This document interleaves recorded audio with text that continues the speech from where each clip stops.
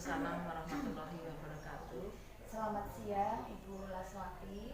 Selamat siang, Jatuh. Bagaimana kabarnya Ibu hari ini? Alhamdulillah sehat dan mudah-mudahan Jatuh juga sehat. Amin. Ibu melanjutkan perbincangan kita kemarin terkait pengambilan keputusan berdasarkan kebijakan-kebijakan universal Ibu. Kemarin sudah kita obrolkan bersama. Tapi sebelumnya boleh Ibu perkenalkan diri dulu Bu, monggo. Terima kasih. Saya akan memperkenalkan diri. Saya Bulaswati, Kepala Sekolah SD Negeri 1 Karangkobar. Saat ini bertugas di SD Negeri 1 Karangkobar, tetapi saya sudah menjabat menjadi kepala sekolah selama 12 tahun lebih dan sudah berkeliling ke beberapa SD karena waktunya memang sudah lama. Jadi Bu Laswati sudah menjabat kepala sekolah cukup lama ya. Jadi tentunya pengalamannya juga sudah luar biasa Ibu. Baik Ibu, saya ingin menanyakan Ibu, bagaimana cara Bu Laswati untuk mengidentifikasi sebuah permasalahan termasuk dalam kategori dilema etika ataupun kategori bujukan moral. Kalau dilema etika itu kasus di mana kita dihadapkan pada sesuatu kasus yang satu benar dan yang satu benar. Kemudian kalau yang bujukan moral itu kita dihadapkan dengan dua kasus, yang satu kasus benar, yang satu tidak benar, begitu. Baik Bu Laswati, untuk pertanyaan yang kedua Bu, bagaimana Bu Laswati caranya untuk memutuskan sebuah permasalahan ketika permasalahan itu sama-sama benar, dan bagaimana cara mengambil keputusannya? Menurut saya, untuk bagaimana pengambilan keputusan itu adalah yang pertama kita mengidentifikasi kasus tersebut, kemudian kita mencarikan beberapa solusi dari kasus tersebut yang tentu saja solusi yang terbaik yang kita dapatkan akan kita pilih yang mungkin menguntungkan bagi lembaga dan yang mempunyai kasus tersebut. Oke, baik Ibu. Jadi untuk mengambil sebuah keputusan tersebut, Ibu memilih dengan cara menggunakan solusi-solusi terbaik, gitu ya Bu. Iya, agar tidak ada yang merasa dirugikan, gitu ya Bu. Nah, selama ini langkah-langkah seperti apa dan prosedur yang Ibu gunakan untuk menyelesaikan masalah-masalah tersebut? Prosedur atau langkah-langkah yang saya lakukan untuk mengatasi masalah tersebut, yang pertama kita mencari penyebab dari permasalahan itu, karena kalau kita akan menangani sesuatu itu tanpa tahu penyebabnya kan tidak mungkin akan terselesaikan. Kemudian dengan bermusyawarah dengan berbagai pihak untuk mencari solusi yang terbaik untuk menangani kasus tersebut. Oke Ibu.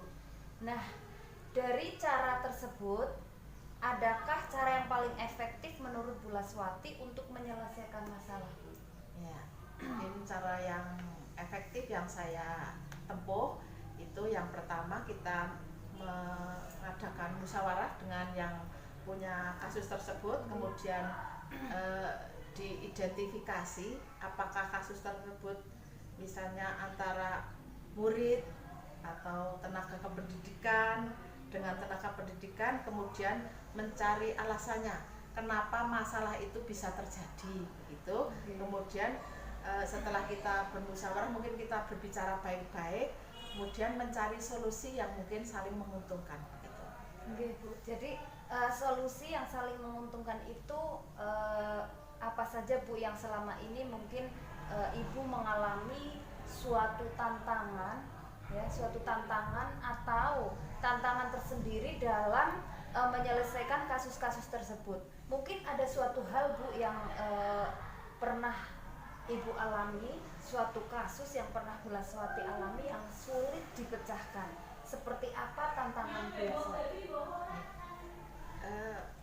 Di sekolah itu tentu saja berbagai macam kasus memang sering terjadi, dan mungkin ada yang tingkatannya memang sulit, ada yang yang namanya kasus bisa mudah diatasi atau agak membutuhkan tenaga dan pikiran yang lebih itu.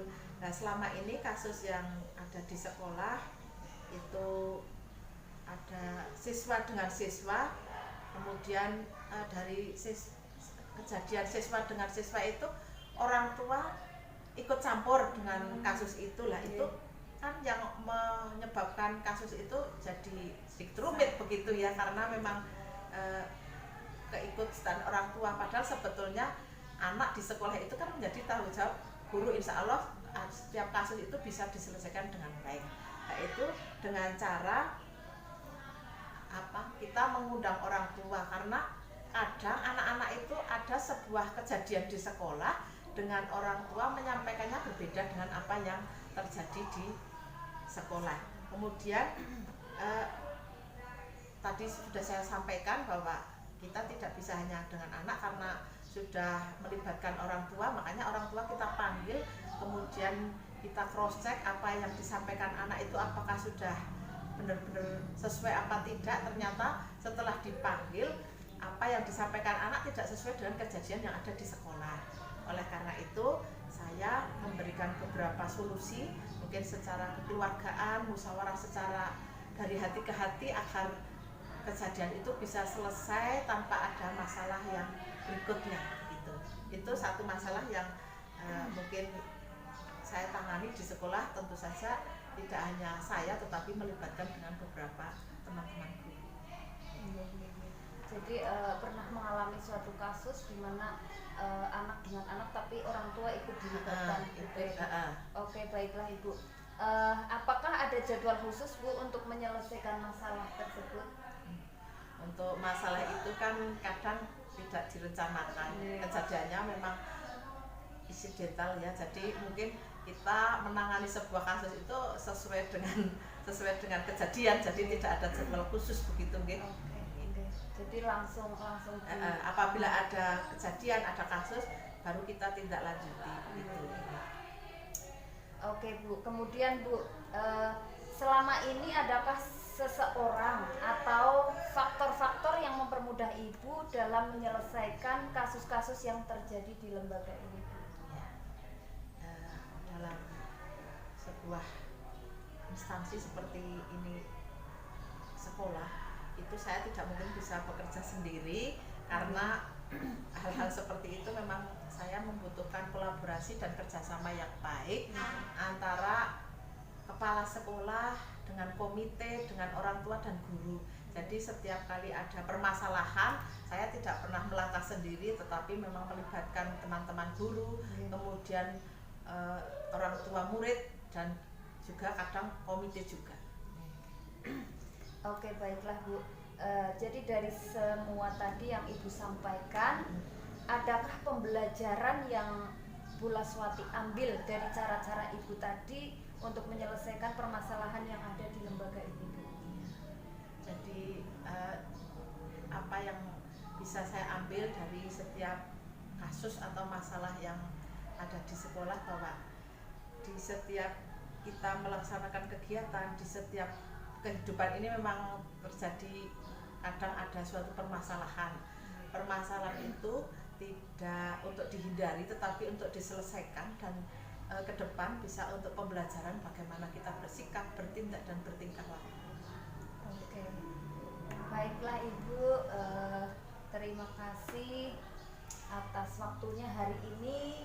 Semoga Bu Laswati selalu diberikan kesehatan dan selalu diberikan kelancaran dalam segala urusan. Saya akhiri.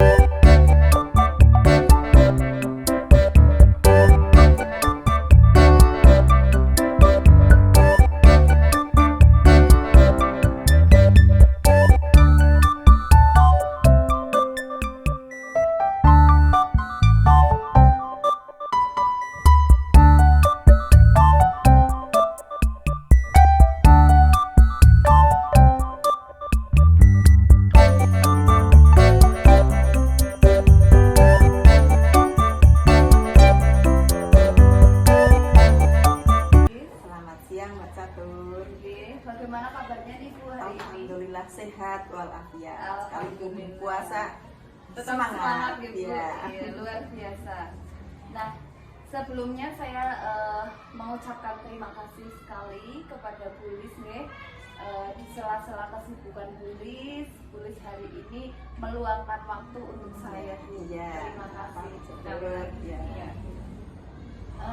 Selanjutnya nih Bu, meneruskan obrolan kita kemarin Iya. nggih, tentang terkait pengambilan keputusan berdasarkan kebijakan-kebijakan universal yang sudah kita obrolkan kemarin. Nah, Ya. tapi sebelum dilanjutkan, silahkan nanti Bu Lis untuk memperkenalkan diri Iya. terlebih dahulu gitu.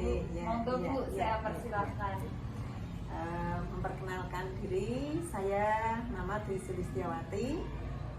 Saat ini menjabat sebagai Kepala SD Negeri 2 Laksana, Kecamatan Karangkobar, Kabupaten Banjarnegara, dan menjabat sebagai Kepala Sekolah di SD Negeri 2 Laksana. Ini baru 1 tahun. Oke. Iya. Oke. Berarti pengalaman sudah banyak banget nih Bu Lis. Iya. Nanti Iya. bisa berbagi dengan saya Iya, ya, Bu, insya tentang Allah. penyelesaian Iya, masalah iya, ini. walaupun Oke. ini di Laksana 2 baru setahun, tapi sebelumnya sudah di beberapa SD. Oke, siap, siap. Selanjutnya nih Bu, saya akan mulai saja nggih. Iya, silakan, Untuk Mbak. nanti ada beberapa pertanyaan yang Iya. akan saya ajukan kepada Ibu Lis. Iya. Ini yang pertama Bu, selama ini bagaimana Bu Lis dapat mengidentifikasi kasus-kasus yang merupakan dilema etika ataupun rujukan moral? Iya, terima kasih Mbak Catur. Saya akan mencobalah menjawab pertanyaan dari Mbak Catur, berkaitan dengan apa? Mengidentifikasi kasus-kasus yang terkait dengan dilema etika atau rujukan moral. Ini yang jelas saya itu perlu mengenali bahwa ada nilai-nilai yang saling bertentangan dalam kasus ini. Jadi kalau tidak ada pertentangan itu namanya bukan kasus ya. Jadi ini yang jelas mengenali dulu apakah ada pertentangan. Kemudian selanjutnya adalah menentukan siapa yang terlibat di dalam kasus ini. Kan jelas yang namanya kasus itu kan karena adanya pertentangan dari beberapa pihak. Nah, kita menentukan siapa yang terlibat dalam kasus ini. Kemudian setelah menentukan siapa yang terlibat, kita perlu mengumpulkan fakta-fakta yang relevan dengan kasus ini. Jadi ini kasus ini benar-benar nyata atau tidak, faktanya itu apa saja yang dijadikan bukti untuk menjadikan ini sebagai sebuah kasus atau permasalahan.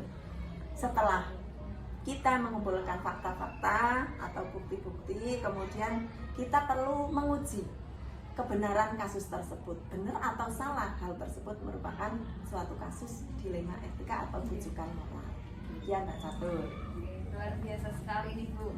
Kita lanjut ke pertanyaan kedua nih Bu. Iya.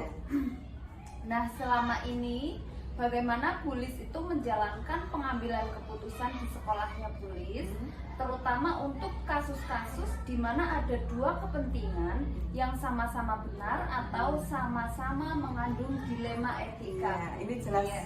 sangat sulit ya. Ini yang hal seperti itu yang sangat sulit memang. Jadi tetapi kita itu harus ada ini ya, jadi punya kebijakan ya. Jadi yang perlu kita lakukan adalah kita itu melakukan demi kebaikan orang banyak. Jadi ada suatu kasus itu kita menyelesaikan itu harus memperhatikan untuk kebaikan orang banyak. Kemudian berikutnya kita juga perlu menjunjung tinggi prinsip-prinsip atau nilai-nilai yang ada dalam diri kita. Yang jelas nilai-nilai itu adalah nilai-nilai yang positif ya, yang kita punyai. Kemudian berikutnya juga kita akan melakukan apa yang kita harapkan orang lain itu melakukan kepada kita. Jadi kalau kita berbuat baik kepada orang lain, maka orang lain pun akan berbuat baik kepada kita. Jadi seperti itu, ada imbal balik. Jadi jangan hanya kita sendiri yang mau perlu orang lain berbuat baik kepada kita, tapi kita sendiri cuek, tidak namanya egois gitu. Seperti itu. Baik Bu, untuk yang pertanyaan ketiga ini Bu, langkah-langkah atau prosedur seperti apa yang biasanya Bulis lakukan selama ini dalam penyelesaian masalah? Iya, jelas ya, harus ada prosedur nih. Jadi yang biasa saya lakukan, yang pertama adalah menganalisis kasusnya. Jadi kasusnya itu seperti apa, kita analisis terlebih dahulu. Jadi tidak langsung kita selesaikan, tetapi perlu kita analisis sehingga kita tahu detail permasalahannya. Kemudian kembali lagi kita harus mengenali siapa yang terlibat di dalam kasus tersebut, karena orang-orang tersebut itu yang akan nantinya akan kita mintai keterangan, kemudian yang akan kita selesaikan dalam permasalahan tersebut. Kemudian juga pertimbangan dan sesuaikan dengan peraturan yang ada. Jadi mempertimbangkan, kemudian ini sesuaikan dengan peraturan yang ada. Jadi kita menyelesaikan suatu masalah, kita harus berpedoman jadi dengan peraturan yang ada. Jadi kita jangan sampai lepas dari peraturan, karena kalau kita bisa menyelesaikan suatu permasalahan tetapi permasalahan itu tetap bertentangan dengan peraturan yang ada, itu namanya kita keliru. Kemudian hasil akhir dari penyelesaian suatu masalah itu adalah yang terbaik untuk semua pihak. Jangan hanya baik untuk pihak tertentu saja, tetapi di pihak yang lain itu dirugikan ataupun menjadi suatu permasalahan dari pihak yang lain. Ini seperti itu, Mbak Catur. Oke, luar biasa sekali, Bu. Selanjutnya nih, Bu, untuk pertanyaan keempat, ya. Hal-hal apa saja yang selama ini Bulis anggap paling efektif dalam pengambilan keputusan pada kasus-kasus dilema etika, Bu? Jadi yang paling efektif itu yang kami lakukan, guys. Jadi untuk penyelesaian suatu permasalahan itu kita mempertimbangkan nilai-nilai kebajikan yang disepakati bersama, tetapi terlepas dari latar belakang sosial, kemudian suku bangsa, agama, atau bahkan ekonomi. Jadi kita lepas semuanya. Jadi kita menyelesaikan suatu permasalahan, kita bersifat netral, tidak memikirkan hal-hal seperti itu. Jadi kita tidak condong kepada satu pihak karena mungkin sesuai dengan sama agamanya dengan kita atau yang lain, itu tidak seperti itu. Kemudian kita juga perlu jadi nilai-nilai kebajikan itu diantaranya ini perlu adanya sifat yang keadilan, memperhatikan keadilan, kemudian keselamatan bagi semua pihak itu harus sama-sama dilindungi, kemudian tanggung jawab kita terhadap semua pihak yang kita selesaikan permasalahan tersebut, kemudian adanya kejujuran, tidak ada kebohongan, jadi kita transparan dalam penyelesaian masalah. Kemudian juga kesabaran, yang jelas kita dituntut untuk sabar kita. Kemudian berkaitan juga kita perlu keamanan dari semua pihak itu perlu kita jaga. Terima kasih. Untuk pertanyaan nomor 5 nih, Bu. Ya. Hal-hal apa saja yang selama ini merupakan tantangan dalam pengambilan keputusan pada kasus-kasus dilema etika ini, Bu? Jadi apa yang menjadi tantangan yang jelas sekali itu seringkali kita menyelesaikan suatu permasalahan yang berkaitan dengan dilema kasus-kasus dilema etika ini, yang jelas kita itu harus mempertimbangkan kepentingan individu, kelompok, masyarakat dan pihak yang dirugikan, diuntungkan. Ini harus jadi pertimbangan dalam pengambilan keputusan. Jangan ada yang satu dirugikan, satu diuntungkan. Jadi semuanya itu harus baik untuk semua pihak. Jadi tidak tidak condong sebelah, ini yang jelas. Kemudian rasa keadilan dan kasihan. Ini biasanya yang jadi tantangan apalagi perempuan ini biasanya rasa kasihan itu jelas sekali menjadi tantangan. Itu biasanya tetap ada dalam sebuah pengambilan keputusan. Jadi berkaitan dengan jadi kita penyelesaian tetap biasanya kasihan ini kepada pihak ini. Nah, ini yang biasanya menjadi tantangan. Kemudian tantangan berikutnya adalah mengatakan hal sebenarnya. Nah, atau juga kadang-kadang kita melindungi satu teman, misalkan satu profesi ya kita lindungi, tetapi dalam hati kita sebenarnya itu tidak sesuai dengan ini tantangan sekali karena tidak sesuai dengan hati nurani kita itu. Jadi mengatakan sebenarnya yang benar, tetapi sementara kita di dalam hati itu secara naluri kadang-kadang kasihan atau bagaimana, ini jelas juga merupakan tantangan. Dan tantangan yang lain adalah tentang ini, pemikiran mementingkan kebutuhan kehidupan sekarang atau kehidupan yang akan datang. Karena suatu permasalahan kadang-kadang kita selesai di saat sekarang, tetapi ternyata penyelesaian itu tidak mendukung di waktu yang akan datang. Jadi tetap menjadi permasalahan di waktu yang akan datang. Ini juga menjadi tantangan. Jadi pada saat kita mengambil keputusan, kita juga mempertimbangkan ke depan itu kira-kira masih sesuai apa tidak, masih selaras dengan keputusan kita yang sekarang apa tidak. Itu seperti itu Mbak Sato. Tantangannya itu banyak sekali. Jadi di antaranya itu tadi ada yang menarik nih Bu, untuk jangka waktu yang pendek dan jangka waktu panjang. Iya. Artinya pada saat Bulis menyelesaikan masalah itu jangan sampai nanti ke depannya itu sampai merugikan gitu. Jadi ada salah satu yang dirugikan ke depan. Iya, ke depan. Oke, baik itu sekali. Lanjut untuk pertanyaan ke-6 ini Bu. Nah, apakah Bulis memiliki sebuah jadwal dalam penyelesaian masalah yang pernah Bulis hadapi Bu? Jadi untuk penyelesaian seperti ini sebenarnya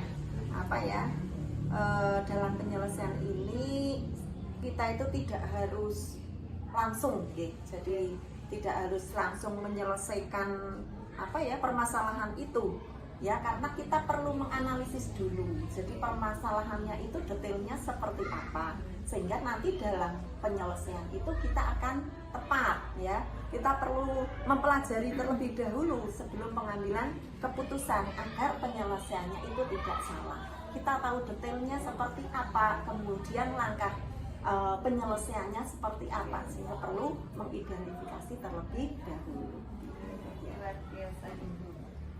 Terus untuk pertanyaan selanjutnya ini Bulis, adakah seseorang atau faktor-faktor apa yang selama ini mempermudah atau membantu Bulis dalam pengambilan keputusan dalam kasus dilema etika? Ini jelas ada faktor-faktornya. Jadi kita kan ya, apalagi saya ya sudah menjadi kepala sekolah itu sudah lama, sehingga saya itu perlu menjadikan kasus-kasus sebelumnya itu sebagai acuan dalam penyelesaian masalah. Ini jadi kasus-kasus sebelumnya itu jadi pengalaman.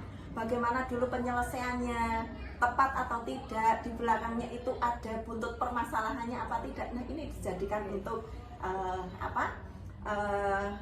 dijadikan untuk maksudnya untuk acuan dalam pengambilan keputusan.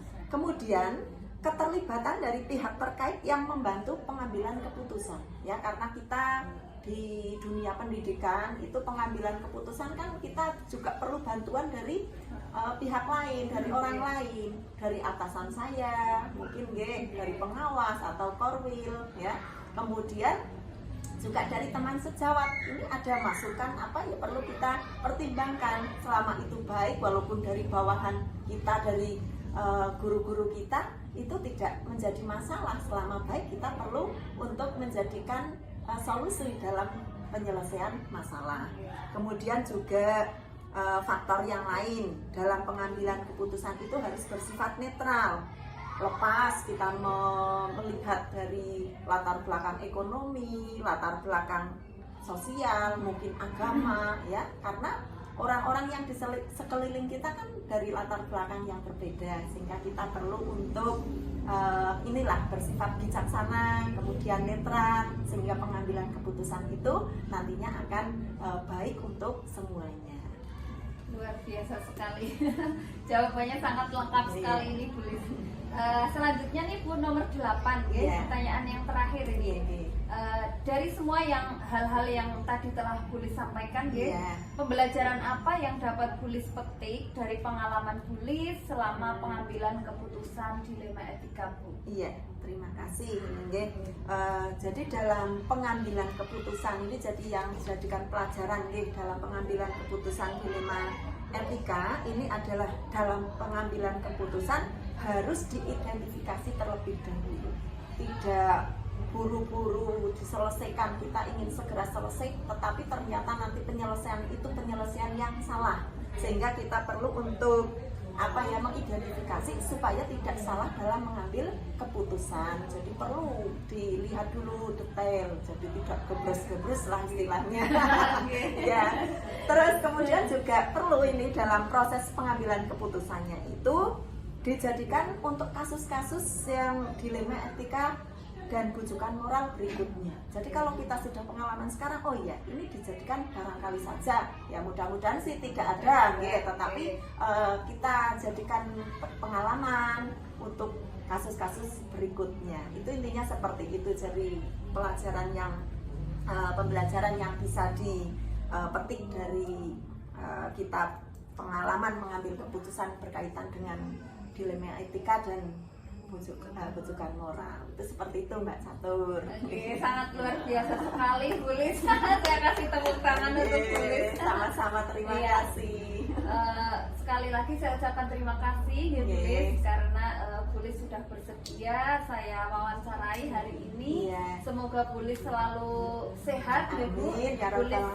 Bulis selalu diberikan kelancaran dalam menjalankan segala urusan. Amin ya rabbal alamin. Saya juga mohon maaf jawaban saya seperti itu bisanya, semoga bisa bermanfaat untuk panjenengan ya, untuk kegiatan tugas-tugas berkaitan dengan pelaksanaan.